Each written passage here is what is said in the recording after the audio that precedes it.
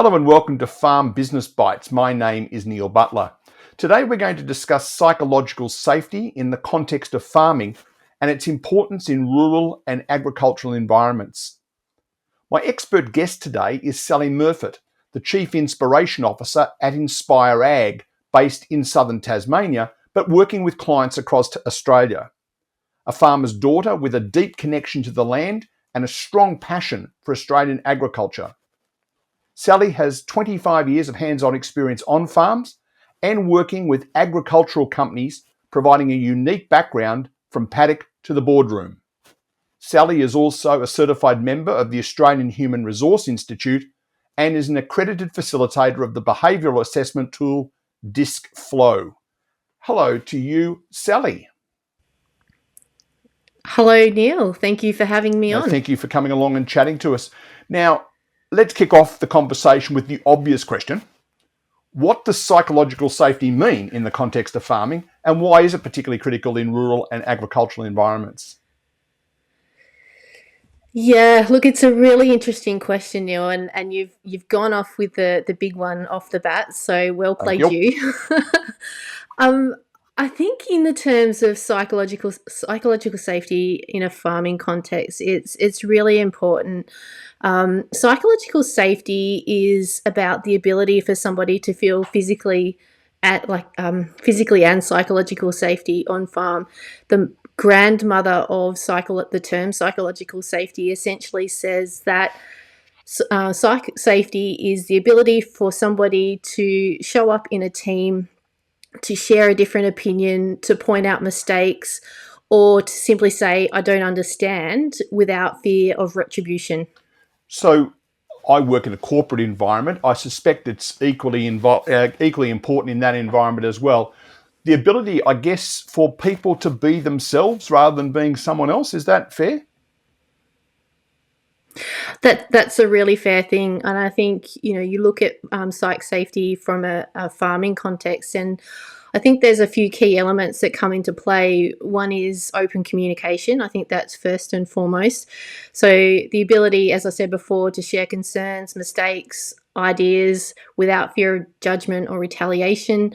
And I think this is really crucial in agriculture because we're in a high risk industry, and people matter, lives matter. So making sure that you're able to share concerns about a potential safety risk, for example, is really important for the ability or the humans within your business to experience psychological safety. Because I guess the other thing that comes into my mind as we're sitting and chatting here already is that in a lot of cases, the farms will be managed by members of the family, but often they're not. And I'm wondering in which context it's easier to be psychologically safe. Is it? I suppose in the family environment, you can afford to be yourself a bit. That's a really fair comment, Neil. And I think there's two parts to that question. If you're in a family farming environment, whether or not you're in a family farming environment, psychological safety is important. If you're in a family farming context, I don't think there's any more important reason to make sure that you offer a psychologically safe environment, because not only is it your family, it's your team, it's often your community as well. And so the ability to have those conversations, even if they're difficult, and to be able to sit down at the kitchen table of a Sunday afternoon for a family roast, or to be able to enjoy time as a family at Christmas time or during the holidays, that's really important reason to focus on psychological safety. But of course, it's not just something that lays wholly and solely in the family farming environment. It's something that is industry-wide. So any economy that you work in across Australia, psychological safety is actually now a legal requirement. It's no longer a soft and fluffy term. And so there are a number of what the experts are calling psychosocial hazards. There's about 14 of them listed. And perhaps during this conversation, we might touch on some of those. Because I think the other thing is too, looking more broadly than just the farm, I guess there's also an element of that in smaller communities. I guess a lot of these farming environments are part of broader communities, but in small towns, if that makes sense, or small regions. And so the ability to be feeling Mm. psychologically safe, not just within the boundaries of your paddocks, but those in the town. When you're sitting down and having a cool drink on a warm afternoon on a Friday in summer and talking to other farmers and other people who work in agriculture, I suspect it's important there as well. Absolutely, 1000%. Yeah, okay. So, in terms of psychological safety, are there stages of this? I mean, talk to me about the stages of psychological safety. Yeah, look, so there's a psychological safety expert in the US, Timothy Clark, and he determines that there are 4 stages of psychological safety. The first of those is inclusion safety. So if inclusion safety is in play, you'd be hearing things like, I feel valued and I feel accepted in this team.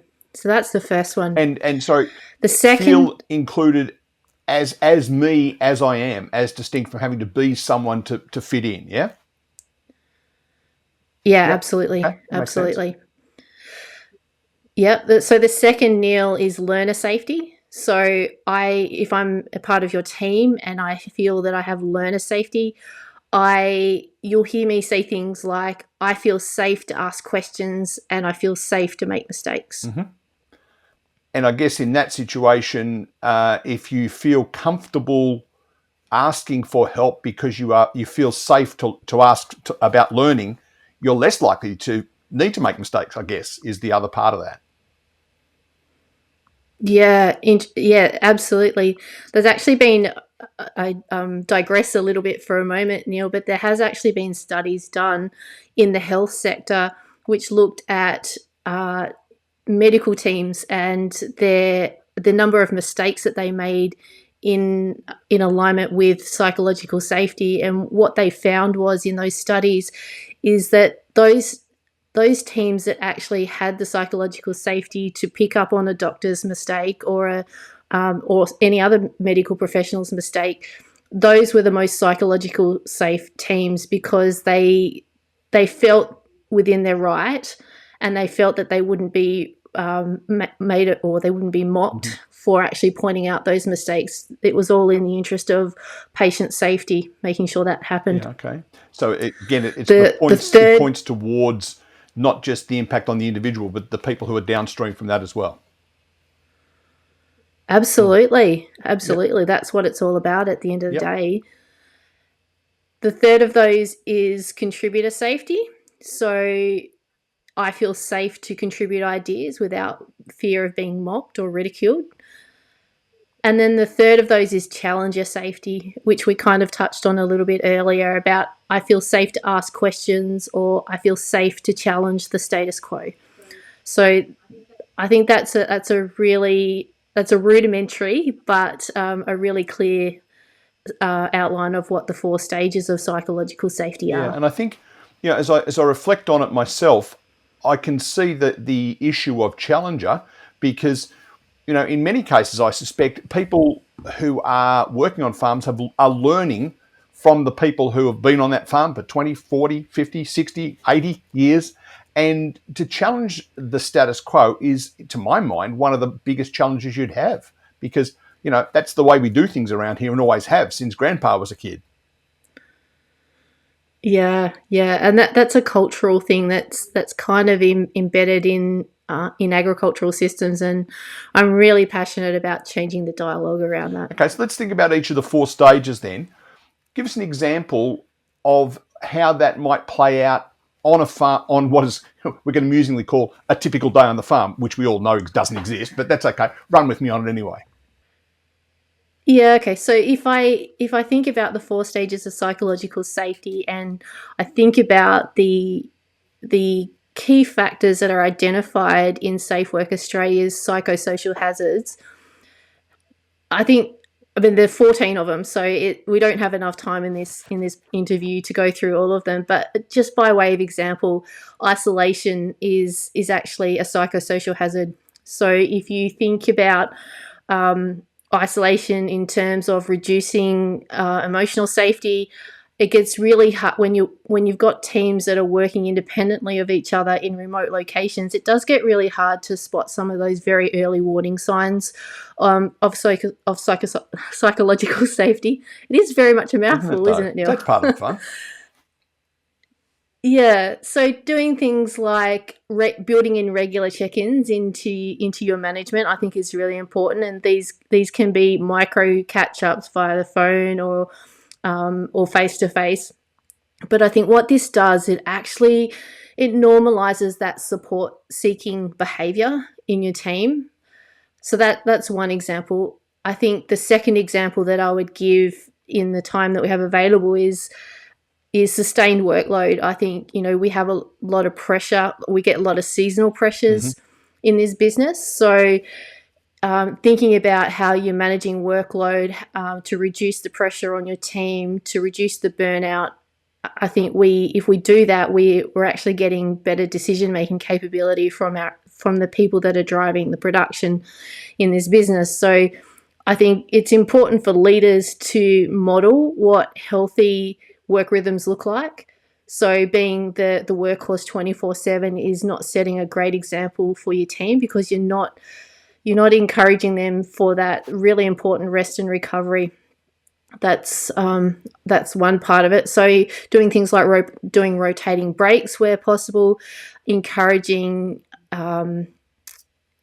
rotation of tasks is another really good way to look at that. And just recognizing and redistributing some of that workload sometimes can prevent some of that early burnout that can do long-term harm. Yeah, and while you're talking there, I'm thinking back to when isolation became a bit more mainstream in 2020, and isolation for regional workers is something that they deal with all the time. But I guess mainstream, when COVID came along and everybody suddenly found themselves isolated, I guess that became a really important aspect of leadership, didn't it? I'm a firm believer in you manage things and you lead people. And so managing the servicing on your tractors and that kind of stuff, yeah, I can manage that. But leading my people is a really important distinction, and it's about engagement in my mind. 100%, 100%. That figure that I alluded to just earlier, about 70% in team engagement is reliant on the leader. I think that's really important to keep in mind, because team engagement is actually a safety tool as well. So if you think about in the HR world, there's a term called engaged employees, and so if you've got an engaged employee in your business, these are the sort of people that will they do things to make sure that you can achieve the vision, mission, and objectives of your business. So they're the people that often turn up first thing of a morning. They do whatever it takes to get the job done, and they're really, really team-orientated people. By contrast, you have a disengaged employee, and this is where psychological safety can often come into play. But the disengaged employee is essentially just doing enough to stay off the boss's radar in exchange for a paycheck at the end of the week. And the difference between engaged employee and disengaged employee, that bit in the middle, that's called discretionary effort. And that can actually account for 30% of in productivity amongst your team.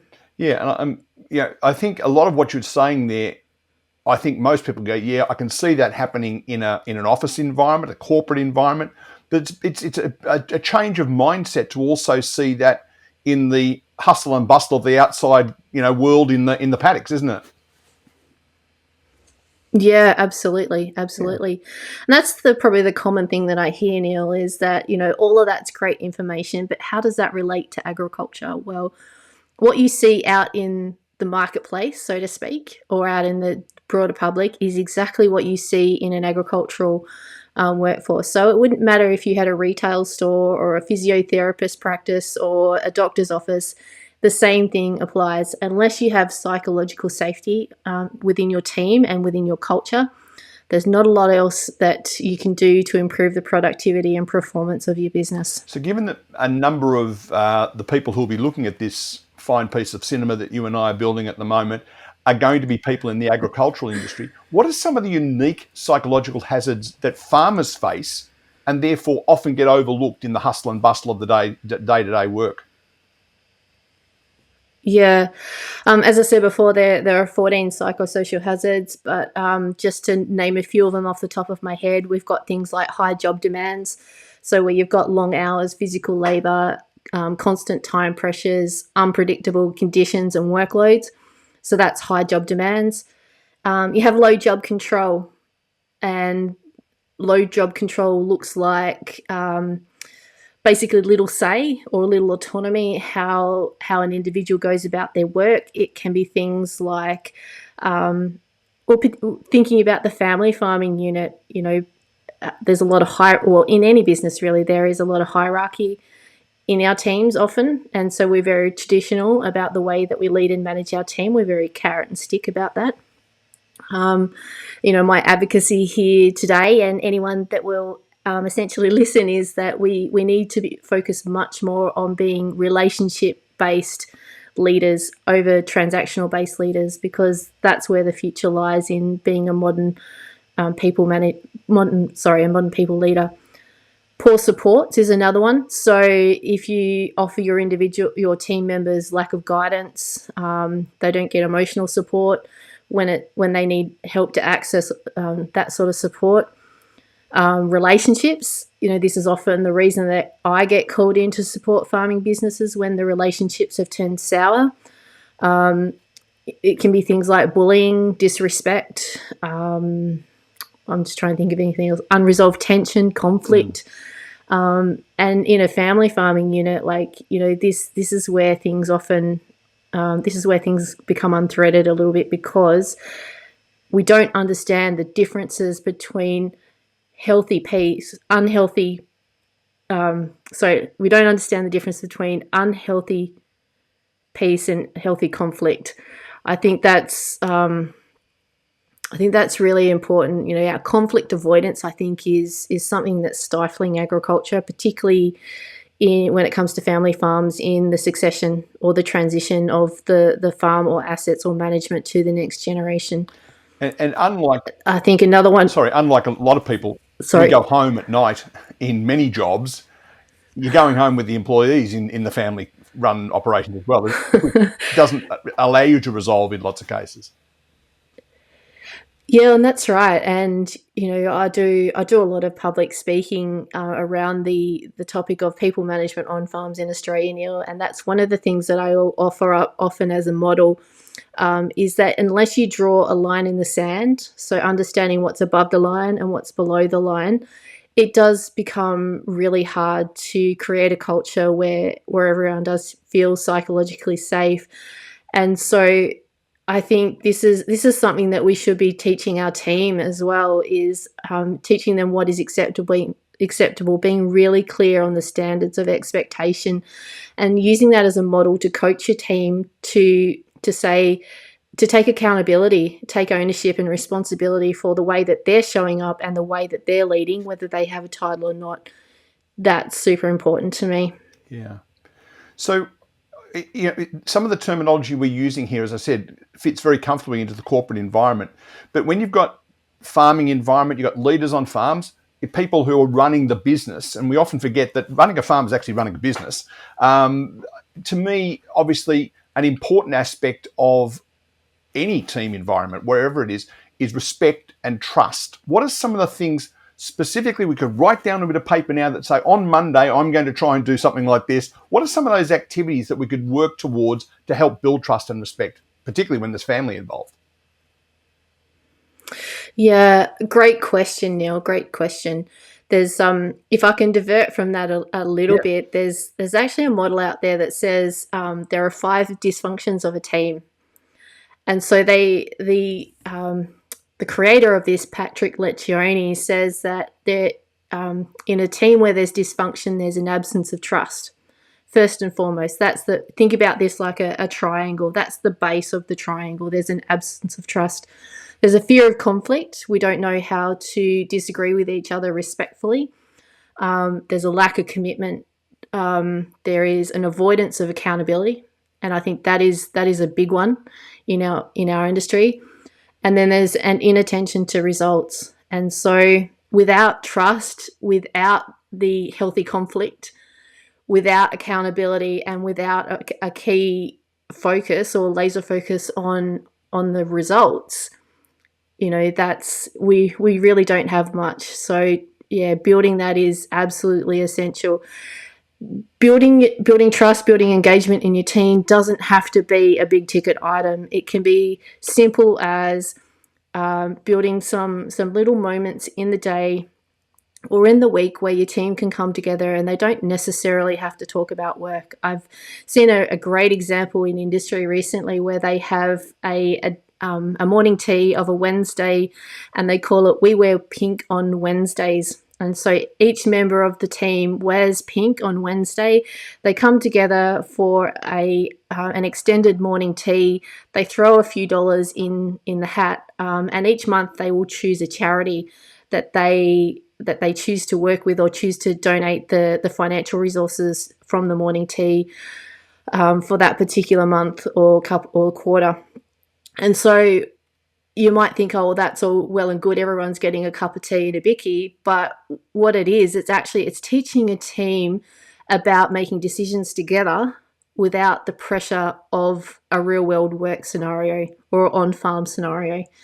So it can be something as simple as that. It could be something as big as taking the team off farm for a couple of days and really building some of those frameworks or systems into your farming team, like building codes of conduct, for example. I think that's one of the most undervalued performance tools when it comes to farm team environments, is that we don't have clear line of sight on what is accepted and what is not accepted within the team. So coming together and co-designing or co-agreeing to how people want to be how they want to be treated in that team environment and how they want to show up and how they want to feel safe, valued and included.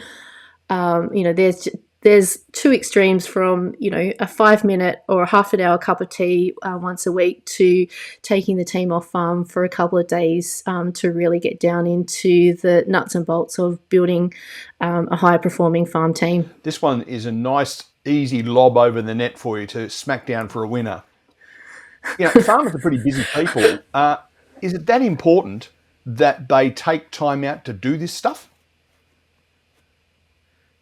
Yes, is the simple answer. I told you it was an easy one for you, but I'm just opening the batting for you. Have a go. Yeah, yes is a complete sentence now. Oh, okay. Fair enough. I guess the other thing that sits in my mind, and it may be my old-fashioned way of looking at life, but it seems to me in many cases you were talking about taking accountability, and one of the things I've noticed, particularly with I'm thinking football clubs, I'm thinking local councils. There's almost this he's part of that family, so therefore that's his job. So it's not only the ability to accept accountability if it's your turn to step up, but also for people who are leaders to say, no, you take accountability. It's almost the ability to step back and let other people take accountability. I would have thought that's something that we don't see enough of. Yeah, look, that's a really important observation there, Neil. And I see that particularly in family farming businesses where it's almost like a flat structure.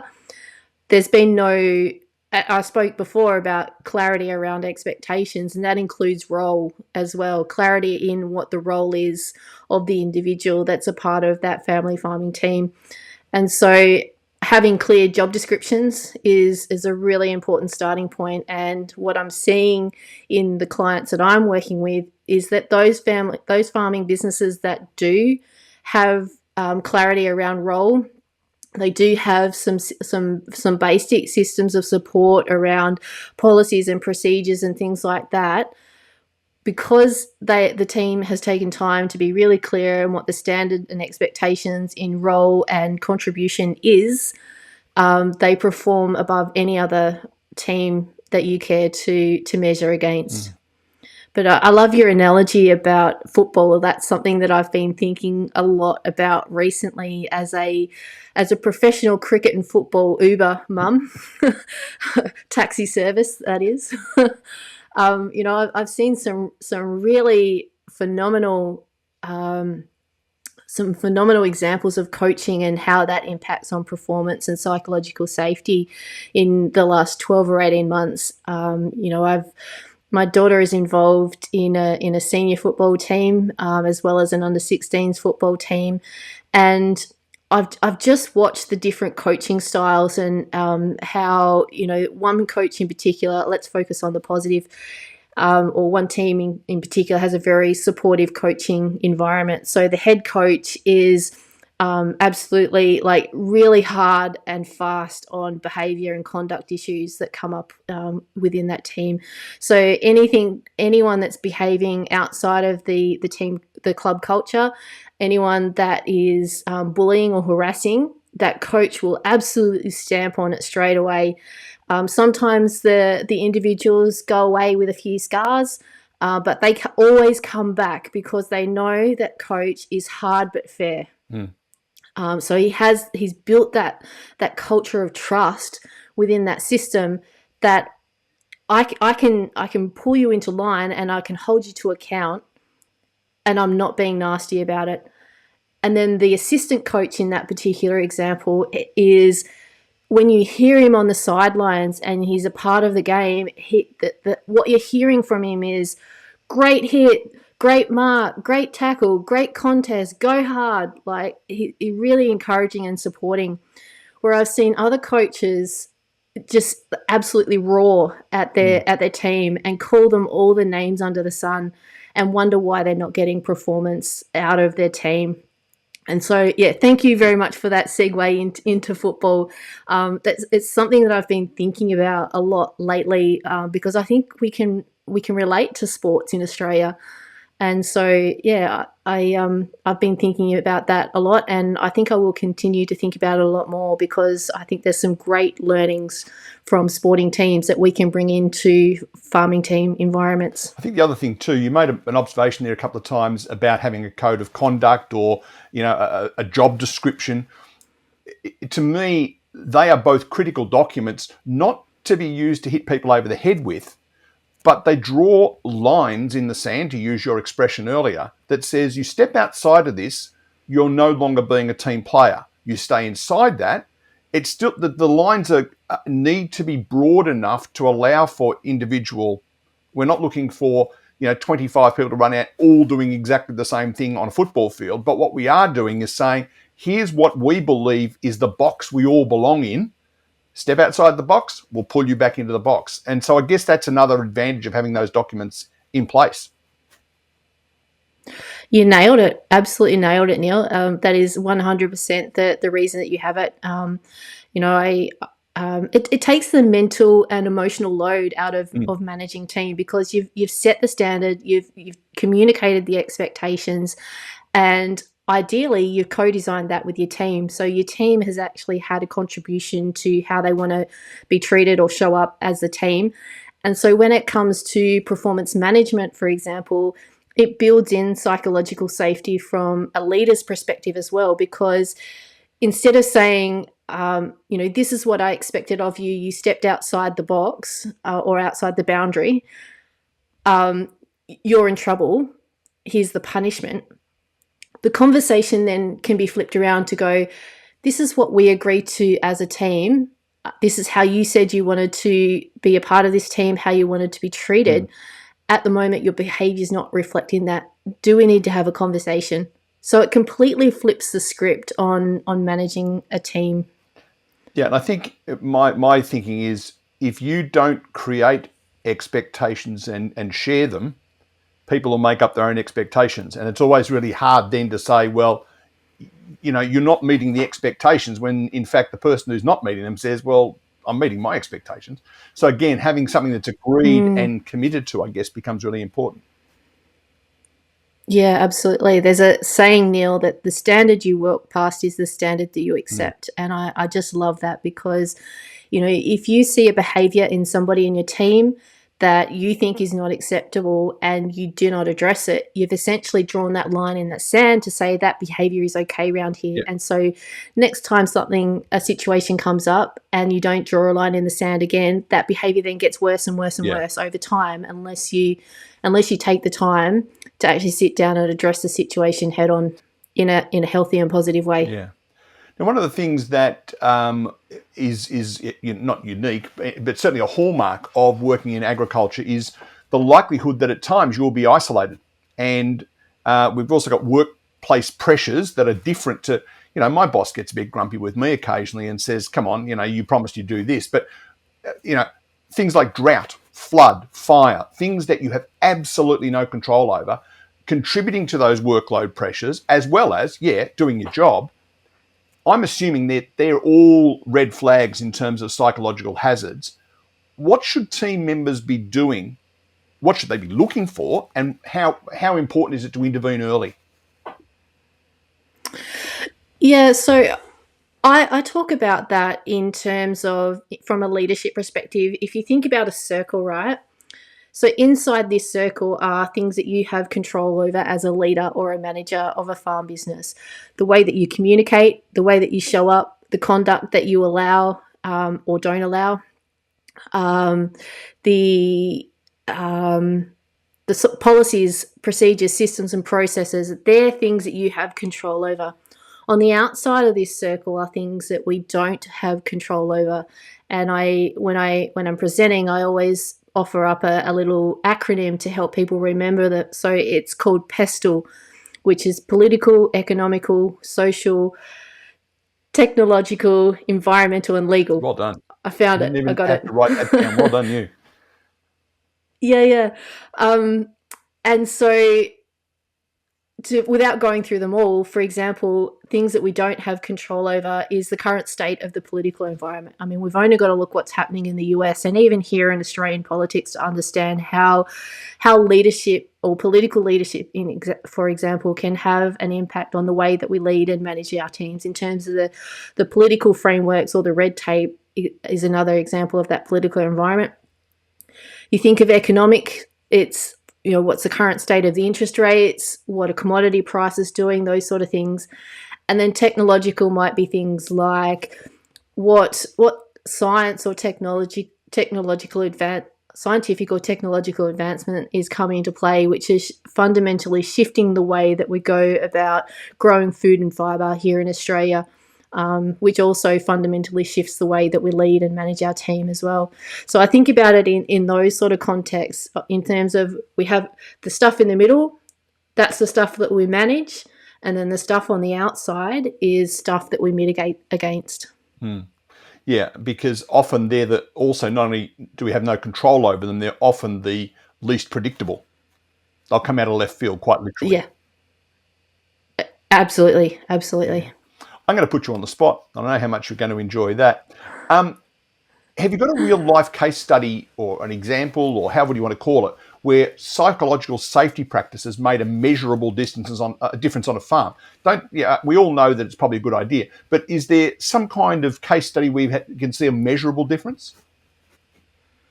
Neil, you're going to have to participate in our online e-learning session to understand that. No, I'm just joking. I have hundreds of these sort of stories, but there's a couple that stick in mind. I'll tell you the shortest one.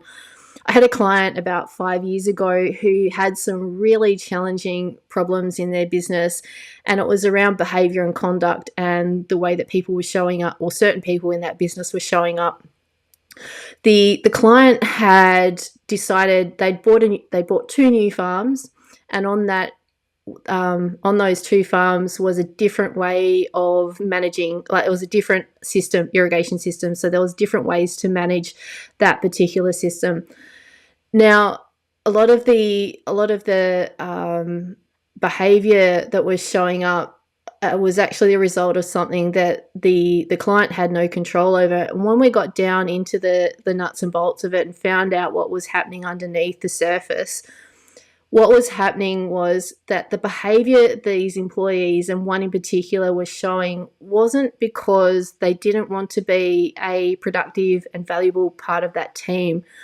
Their resistance to the changes that were required on this new farm due to these irrigation systems was essentially, actually, it might help if I told you what the changes were. That'd be helpful. What they were.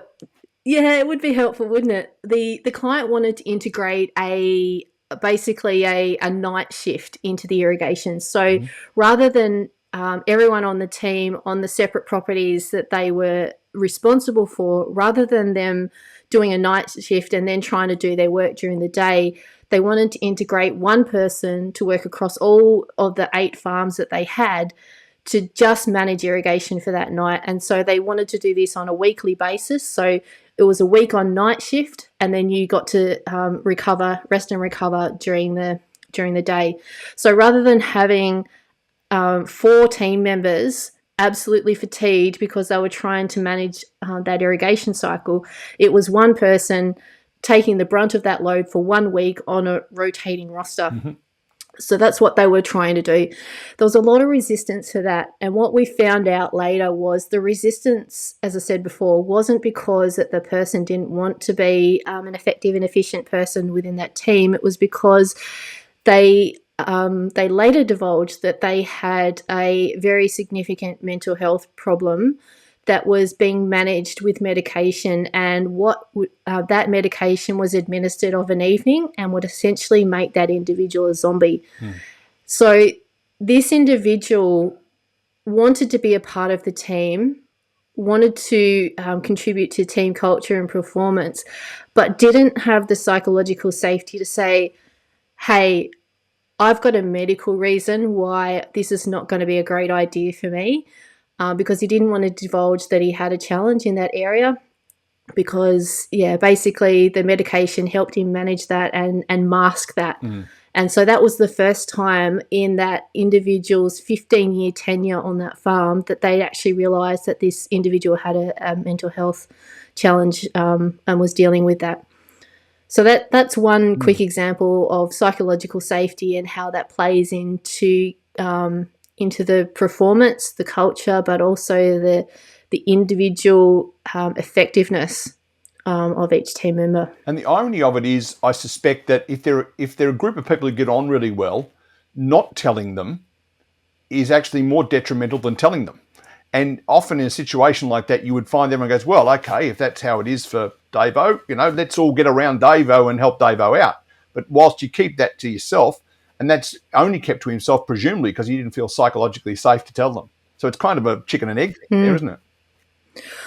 Agreed. But, and that's why it's important for us as leaders to create the environment where it is safe to say, hey, look, I have a mental health challenge that I need to manage, and this is the way that I manage. Or, hey, I don't think it's safe for me to do that because of these reasons. So it's really important that as leaders we focus on that and build the sort of environments where it's safe to disagree, it's safe to put forward a different point of view, it's safe to challenge the status quo, and it's safe to be you at the end of the day. We're going to talk about some practical stuff as well in a minute, but before I do, I'm going to throw a question at you without notice. I like doing that to people who I'm interviewing. My gut feel says that there would be some farmers out there, particularly those who have similar colour hair to me, that would go, this is all a bit new age, a bit, come on, seriously, what are you? A bit of that grumbling going on. My grandfather ran this farm in 1872 and they didn't need this sort of stuff. How do you deal with that resistance to change, I guess? Yeah, it's a great question, Neil. Thank you for the question without notice. I like doing that. It keeps on their toes. They think I'm reading a script, you see. Well, not true. I'm just going to throw it back at you. Did you not sense my sarcasm in the thank you? No, I got it. It's all good. Excellent, loud and clear. Yes, I do see quite a lot of that. About probably 12, 13 years ago when I first started my business, I was working just before that, I was working for the State Farming Organisation here in Tasmania, and we were working on a project which was looking at essentially workforce development across the primary industry sector in Tassie. During those conversations, it kind of led me to what I'm doing now, and it was around generational understanding.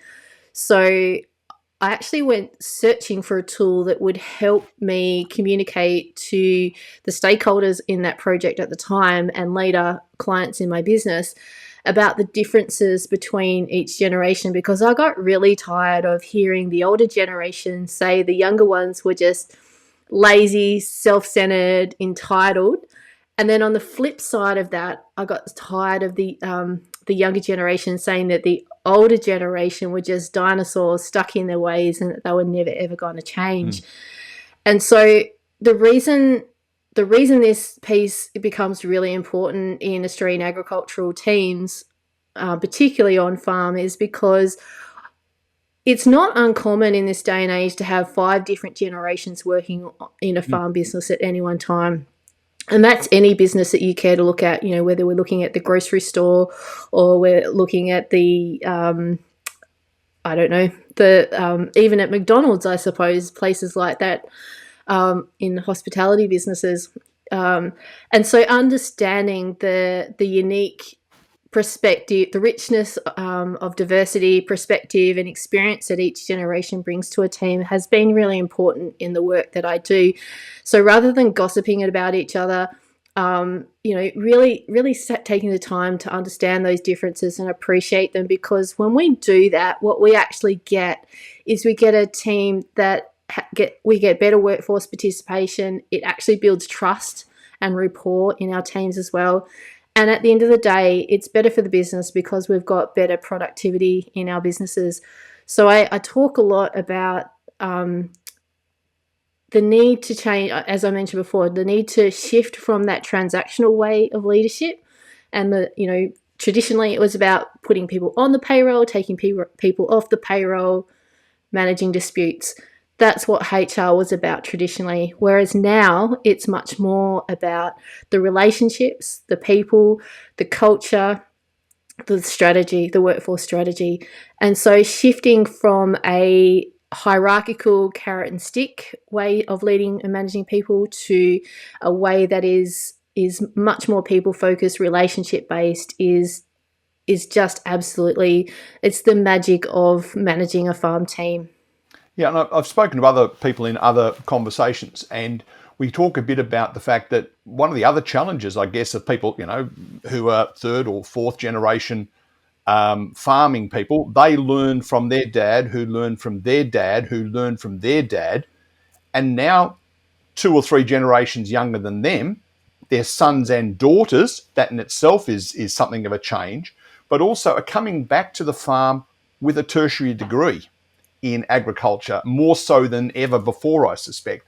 So you've got this challenge of I learned from my dad and you should learn from me kind of thing, overlaid with people have got some really important information and skills and knowledge to impart.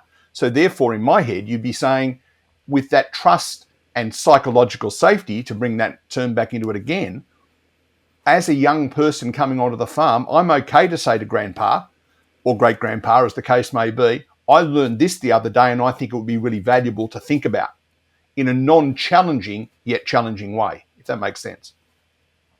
It does, and I really love that you've brought that up, Neil, because the ability for each generation, as I said before, to learn different perspective and whatever is really, really important.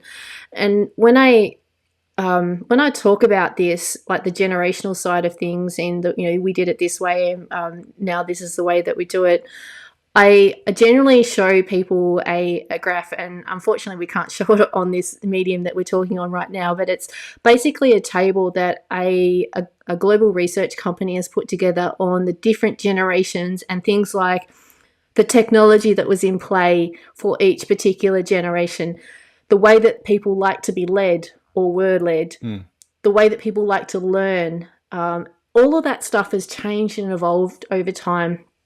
And unless we keep pace with that, it's really hard to stay relevant in a farming business. And, I have a lot of clients, for example, like a practical example of that. I have a lot of clients who say, I've got son or daughter, they're at an ag college now. When they graduate, they're coming straight back to the farm. And my advice always is to them, let them go and work for somebody else for a minimum of 12 months, but ideally 5 years. Let them learn how to be led, because often, particularly in family farming businesses, the opportunity to experience somebody else's leadership and management style has not been there's not been an opportunity to do so. So understanding how to be performance managed, I think, is really important, so that when that individual, that graduate comes into the business and takes on some management or ownership responsibilities, they know what it's like to sit down with somebody and have a difficult conversation from the other person's perspective. And I think, I think if more of the current generation took the time to spend some time away from the family farming business, I think that we would create a better culture at the end of the day. And again, completely unresearched, but this is my thoughts on it. That my guess is that if you've had a world view of agriculture that relates to 1,000 acres somewhere in Western Victoria or 2,500 acres in Queensland or whatever it is, if that's your world view, going and doing that somewhere else for 12 to 60 months is a good thing to do anyway, I would have thought. Yeah, absolutely. And and it's not just about the learning how to be managed and led and all that, all other stuff.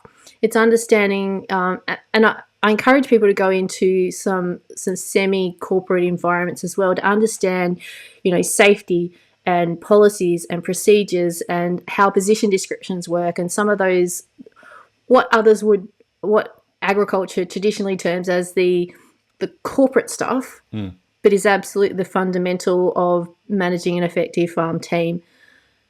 Yeah, and I think, coming from a corporate background myself, I think one of the things that, and we'll probably talk about it as we sort of start to wind up and start talking about practical things, is the structure component that comes from the corporate world, as distinct from, there's always been that kind of, she'll be right, we'll get on, fencing wire and sticky tape kind of feel to some situations.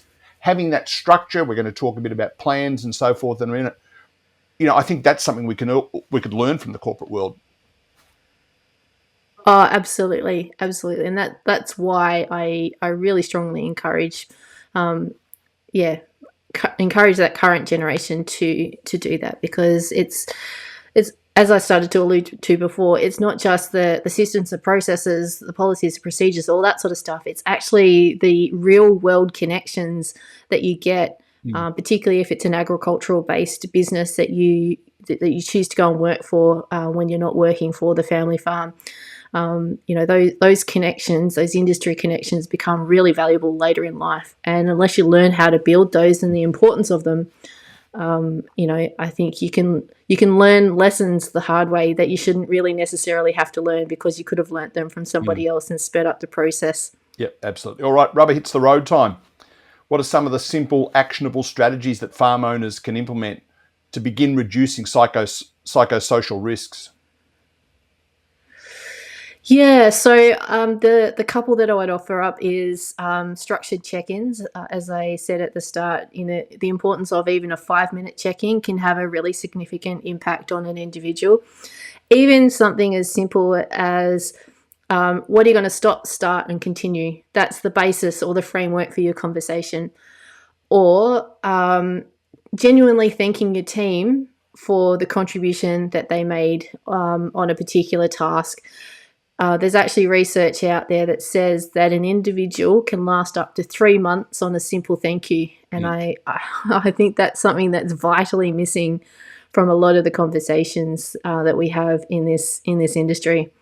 I think the second one that I would offer up is learning how to give feedback to people in a constructive way. One of the biggest complaints that I hear from individuals that are a part of farming businesses is that I never get any feedback. I don't know where I stand.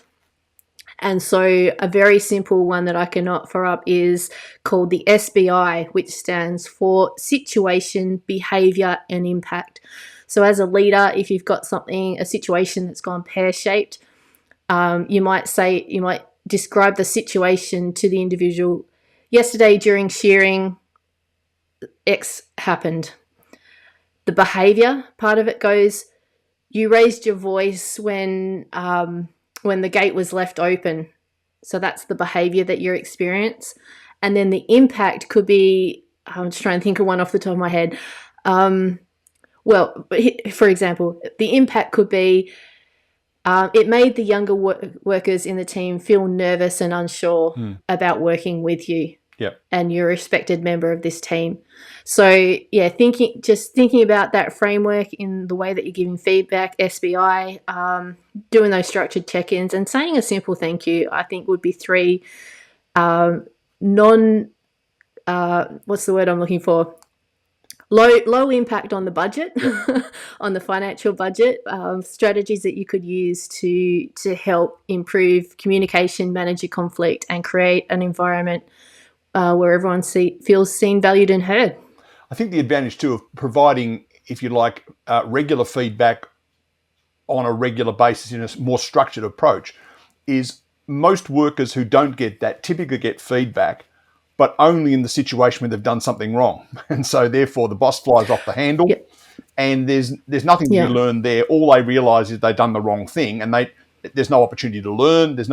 Whereas taking something more creative and saying, look, every second Thursday we'll sit down and have a cup of tea and we'll discuss, how your couple of weeks has gone. Sometimes that can feel a bit threatening, particularly again in the corporate world. But if you've got that relationship with the person who's your leader, it should be an opportunity for both sides to learn. Yeah, it should be an opportunity for growth 100%. And that, exactly what you just said then is what I hear from people is, I say to people, how do you know that you've done a good job? And they go, I only know when dad yells at me or when the boss yells at me. And I'm like, well, An okay, we absence need of to do yelling is a something good about sign. that. Yeah, absolutely. Well, we've Not a got great strategy moving forward, but yeah. We've almost done, and we've got all this way, and we haven't mentioned legal responsibilities yet. So we probably should sign off on that one as well. When it comes to mental health, psychological safety on farms, what are the legal responsibilities of the employers and of the workers? Yeah, well, look, basically, in a nutshell, the law says that a PCU, a person conducting business or undertaking, it's in their duty to manage, so minimise the risks for mental health and well-being, as so far as reasonably practical. That's the terminology that gets used. It's your responsibility as a PCU to identify and control psychological or psychosocial hazards. So that's emotional, social, business, community, as we alluded to before, and make sure that there are controls in place to reduce harm. There is a legal responsibility to provide information and support your team, so providing the proper training to manage concerns or help them to access support if they need it. And then we have a responsibility. This is a very abridged version, Neil, but essentially to foster a safe environment. So managing behaviours, managing systems so that psychological harm doesn't go unchecked in your farming business or any business in Australia for that matter. Yeah. Okay, so do you have any tools that people can use to help improve communication and resolve conflict I mean, clearly we're under pressure when we're working on a farm. Is there any tools that can help with that? Yeah, so I allude to the co-design that we have mentioned previously. So sitting your team down and working out what your values are, what the team values are. I think that's an important step and an important tool. I think some people tools, like in terms of as a leader, I think it's really important that you normalize redos. So as a leader, if you were normalizing redos, you'd be going to the individual that you had a moment with and saying to them things like, hey, look, during our conversation yesterday, I don't like the way that I showed up and became defensive during that conversation. I'd like to do a redo. Mm-hmm. So, you're showing your team that it is okay to make a mistake and it is okay to repair that. I think that's a really important, probably the most important tool that I could probably offer. And I think modeling what vulnerability is like as well. I think that, normalizing the redo is a part of vulnerability.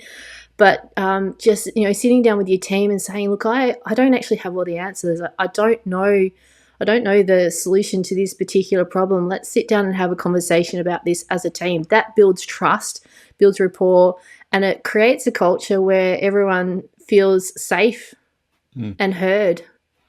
I think also from my experience, in any circumstance, whether it is corporate, whether it's family, whether a shared solution is one that is always going to be easier for everyone to buy into. 100%.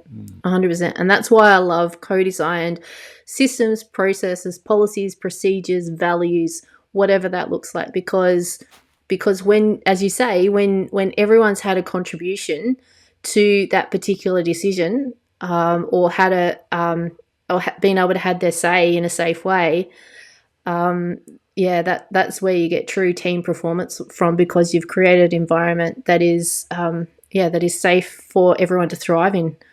So we've got people now who are feeling inspired, because after all, you're the Chief Inspiration Officer of Inspire Ag, and they're going, okay, I really want to get started on something. And the best way to do that is to put together some kind of plan. What's step one in developing a plan? Self-awareness, I think, and involving your team in those conversations. There's been a study done. I'll give you a practical example of that. There's a study done in the US that looked specifically at family farming businesses, and what they found was those businesses that held regular business meetings, they communicated well together, and they gave everybody in the team a seat at the table. So they didn't necessarily have to have a decision-making capability, but they had to have a say and be able to say that in a way where they would not be ridiculed. Those sort of teams were 21% more profitable than those that decided not to operate in that way.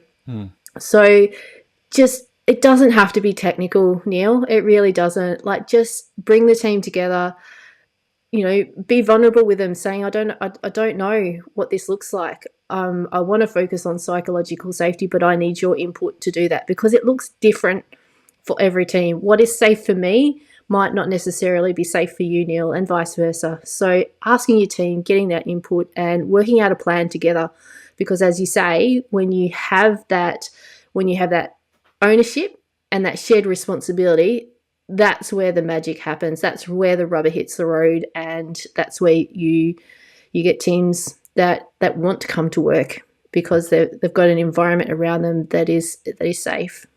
Yeah, and I guess psychologically and physically. Yeah, and the 21% profitability increase is great, but having happy people, engaged people, I guess also means that it reduces the likelihood of absenteeism.